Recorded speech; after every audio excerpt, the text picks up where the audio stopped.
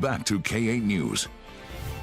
The profound loss of a baby. It is a heartbreak that far too many people know. Not just the expecting parents, but grandparents, aunts and uncles too. This shared grief and solidarity is what makes the ShareHope Walk for Remembrance and Hope so special to so many families. And joining us now is June Copenhaver with the NEA Baptist ShareHope Walk for Remembrance and Hope. Thank you so much for being here. Thank you for having me. You're welcome. Your involvement comes from a very personal level. It does. Tell us how you got involved with this and what it means for you.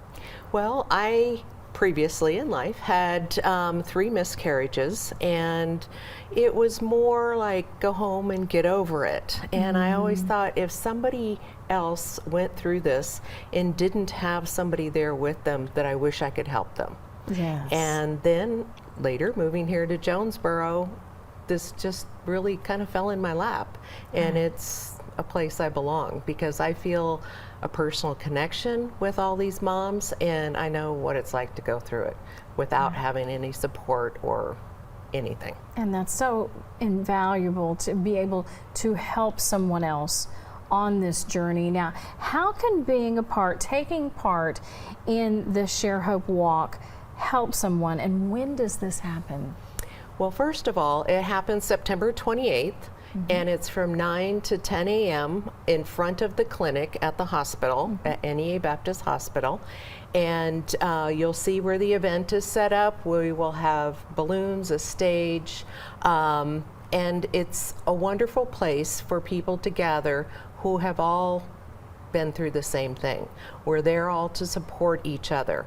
And the program ends with a walk where everybody goes at their own pace. We have signs set up along the way for several people who have asked to do that with their babies' names on them. And a lot of times they stop and take pictures and whatever they feel they need to do. But it is a time and a place to come together and support each other. Right, and that's what this is all about. That's what this is all about. Now, this is not just a once-a-year thing for you. Tell us about the organization ShareHope and what you do the rest of the time.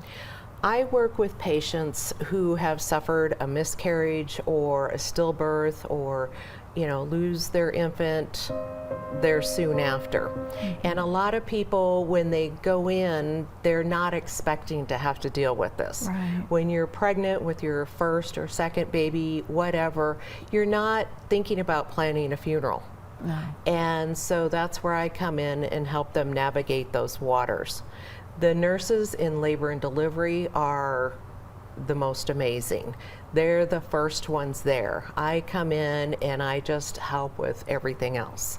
I set it up so that they can walk in and, have everything ready for mom and take care of her. And it is so emotional. It so is difficult. It is. Yes. And but like I always say, there's no way to make it easier. We can make it a little less awful, but we're there for them.